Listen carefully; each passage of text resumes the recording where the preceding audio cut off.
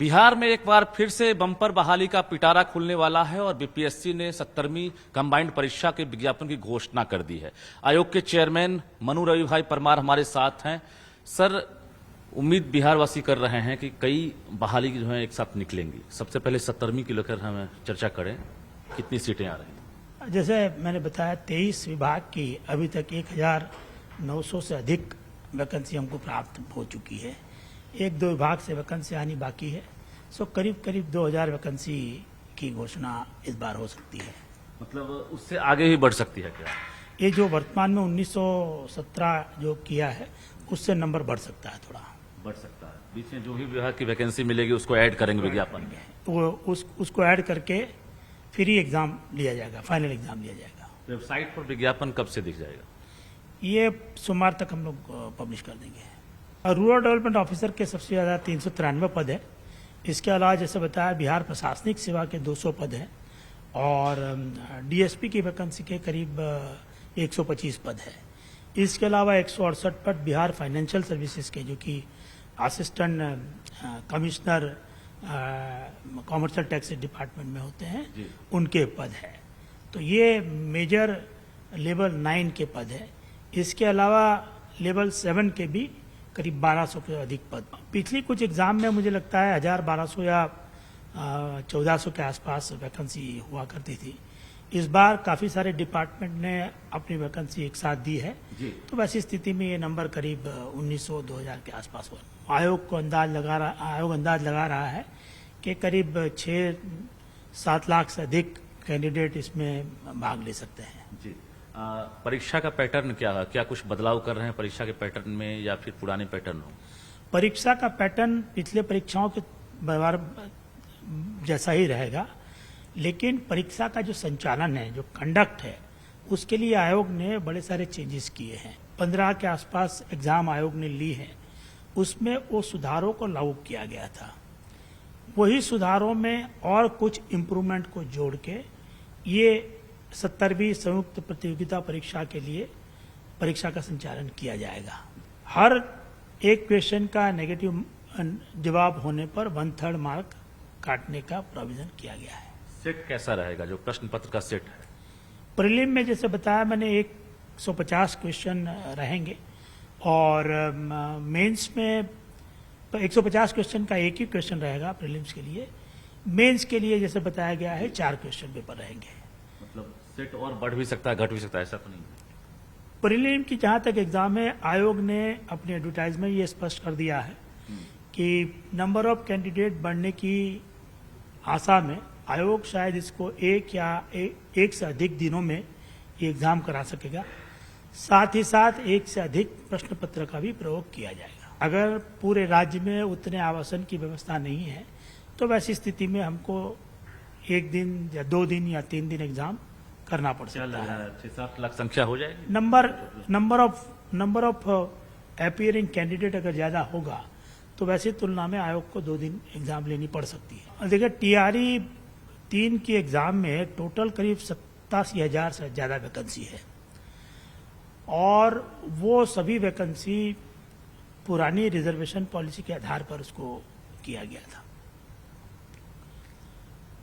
तदनुसार विभाग को category war number of vacancy को कम्युनिकेट करना है।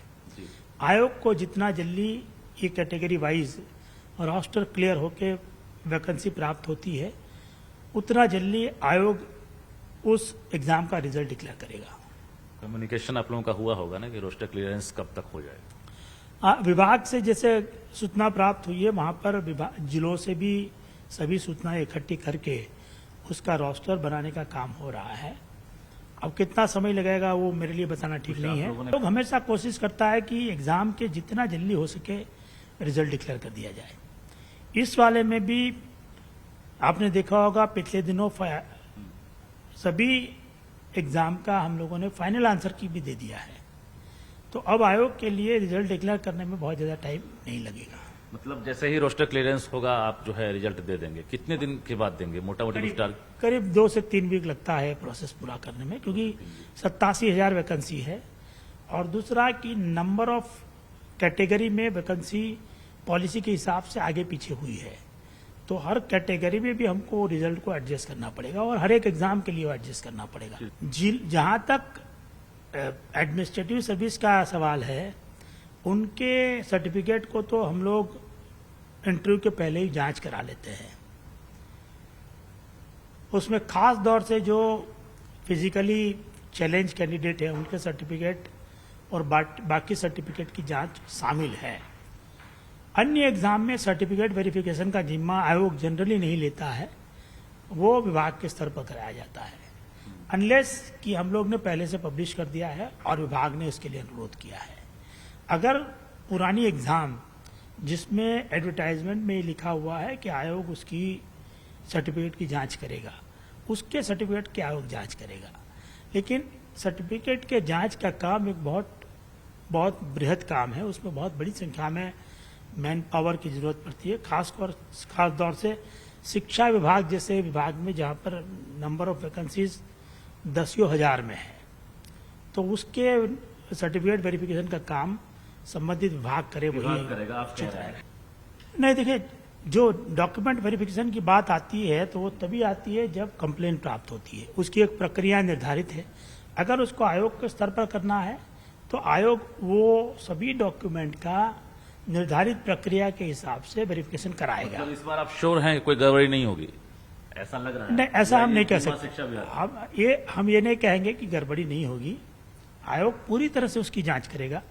अगर जांचोपरांत कुछ गलती पाई जाती है तो हम उसके ध्यान में लाएंगे और उनके कैंडिडेट पर आगे विचार करेंगे। या शिक्षा विभाग को फिर से फिल्टर करने की जरूरत है, ऐसा लग रहा है?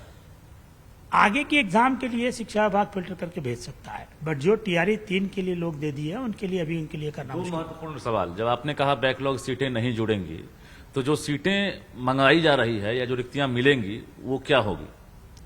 वो कम्युनिकेट हमको नहीं है अभी।